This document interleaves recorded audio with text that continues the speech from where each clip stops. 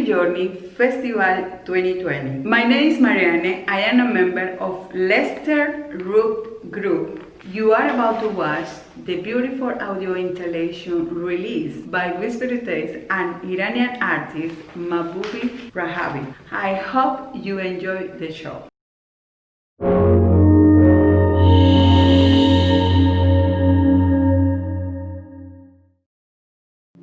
Release. To escape from confinement, to be set free. Release. To allow someone to move, act, or flow freely. Release. The final act of a musical note.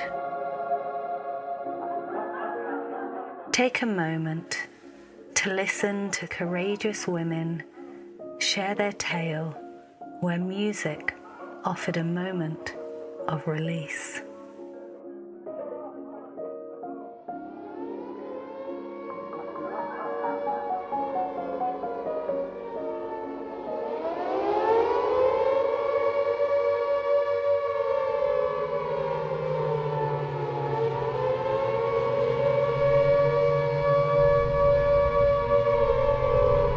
In the early hours of Thursday, March the 13th, 1941, a parachute mine falls on a row of tenements, Adlington Street, Liverpool.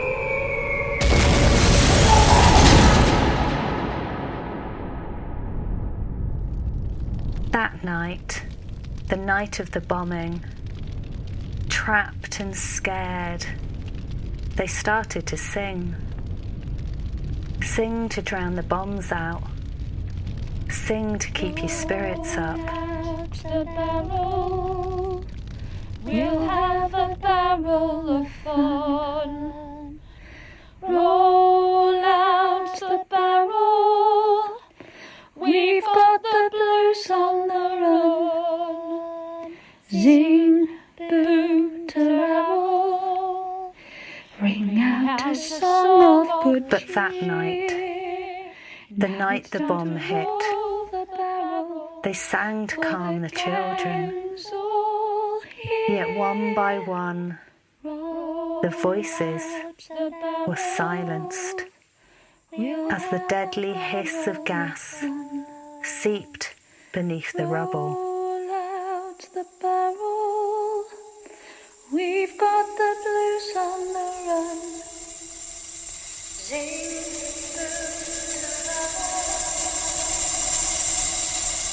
Sergeant Claydon tunnelled 20 feet through the debris. As he shone his torch through the crack, he discovered an unconscious woman lying across a piano. It was then that he heard the cry of a child.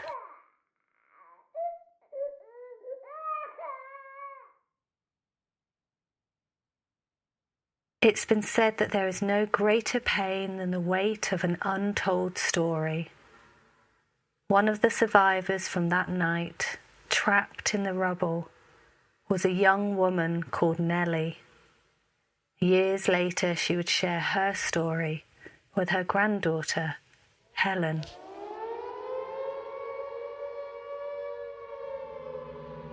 I used to go to stay at my grandma's quite a lot. We were very close. I used to sit with her. I used to sit on her knee and in between her legs. Felt really loved.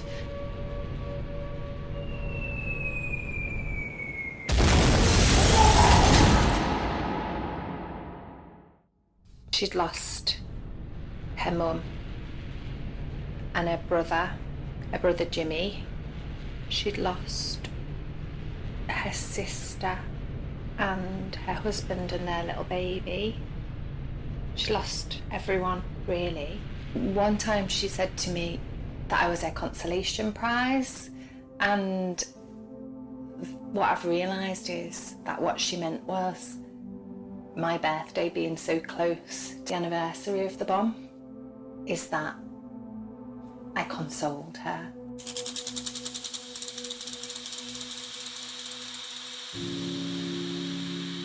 Nellie's family arrived in Liverpool as refugees fleeing the famine in Ireland. Liverpool was her home.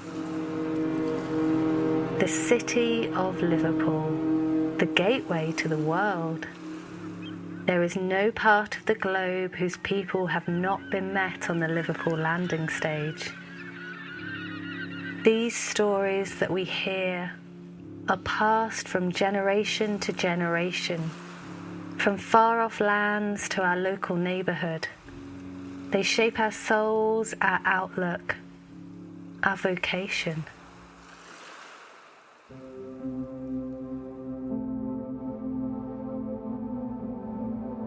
I am a refugee and human rights lawyer.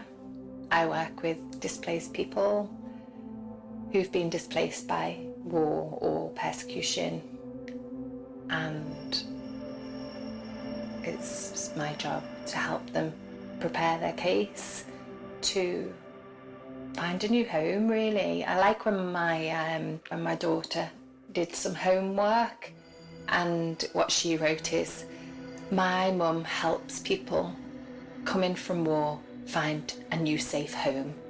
And I would never put it so sweetly as that, but yeah, it's my job to help people find stability again.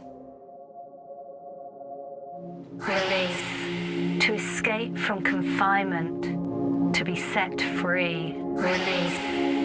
To allow someone to move, act, or flow freely. Release. The final act of a musical note. 50 years have passed and another conflict is about to inflict untold damage on another young woman's life. Take a moment to walk in her footsteps and to listen to how music offered a moment of release. I had a lovely childhood. I went to music school. Throughout my schooling, I wanted to be a musician. I wanted to be a pianist, and so my whole life was kind of focused on that idea. At the time, I didn't have piano at home, so I had to practice at the school, at the music school. So I used to go there after my normal school every day to practice piano. And so my parents said, well, if you start secondary school, then we'll buy you a piano, because it was very expensive. I was 14, it was my birthday and everything kind of, It was perfect on that day, my piano arrived. And from then on, I had the luxury of practicing piano for hours at home. The Bosnian capital is again... Yugoslavia fell apart in 1990, and from then on, it started politically to be very unsettled. And so the war broke out first in Slovenia, 1991, and then in Croatia. And then, by that time we were all hoping that it wouldn't come to Bosnia. The world will stop it. But it didn't happen, so it did break out. And that was the end of my life, that part of my life. Everybody who had any family in Croatia or in Serbia or anywhere outside of Bosnia tried to, leave. Soon after, my parents took me and my brother to Croatia, to our cousins. There, I started secondary school, again, music school. It was very hard for me because my parents left me there on my own. My first day in school in Rijeka, you're looking for where's your class, what's the classroom. I found this one girl, also a refugee, and she showed me where we were supposed to go, and everybody ran to sit down, and so we managed to get a chair, both of us. Some of the pupils remained standing because there weren't enough chairs, and then the teacher who said, I can see that we have so many refugees that our local students haven't got a place to sit. And so that was my first and last day in school, because I didn't feel ready and strong enough to fight that. Hurt and confused, this 15-year-old girl leaves her new place of safety and makes the journey alone back to her family in Bosnia. When she arrives on the doorstep, her parents are distraught, with tears streaming down their faces. They cannot hide their disappointment. For the place she called home is not safe.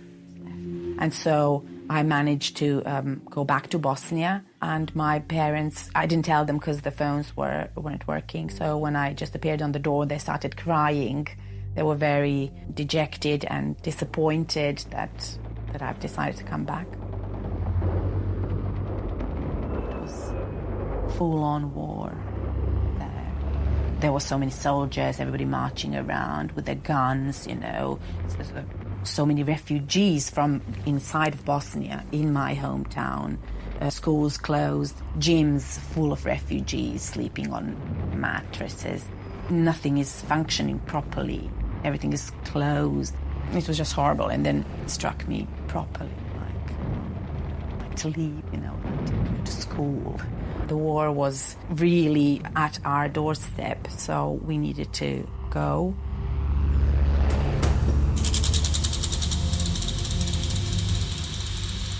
So my second time when I left Bosnia was November 1992 with my mom and my brother, and we went to Split. When we arrived there, I needed to obviously carry on school, but since the schools were already full at that time, and Split, being one of the bigger cities, was flooded with refugees, they told me at the music school that they can't take any more pupils because they're full.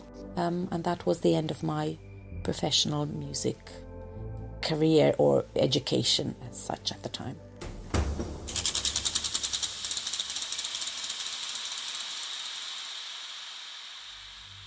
If it hadn't been for the war, I think I wouldn't be a musician. But on the other hand, I tend to think also that things happen for a reason, so there must have been a reason. I do think that when I play nowadays, albeit hard, it does give me a sense of reconciliation and channeling of some emotion and letting them go and letting those bad feelings and bad memories in myself, but rather channeling them through music into the universe, but not as bad things, but rather as like converting them into something which is more positive and beautiful.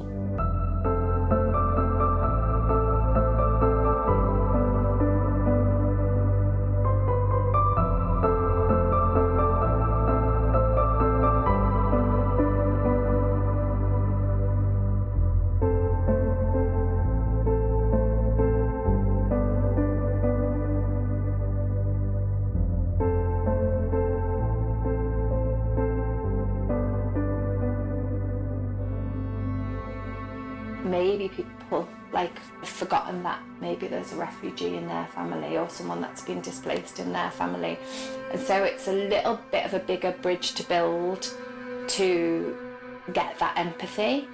But I think that most people, if you help them with the bridge, they can cross it and find the empathy.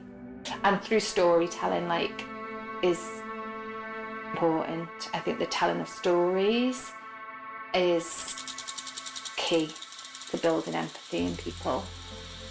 Nobody would leave their home country if they hadn't been forced to. And when they see how precarious their journey is, nobody would, take their small children to such a journey where they possibly won't survive.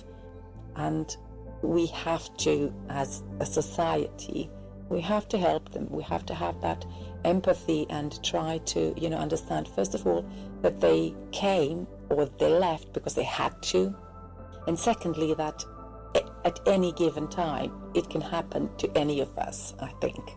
So, more empathy and more love and more understanding. It's easy to say somebody else should help them, but it's actually we who need to help them. So why don't we, if we can, in any way?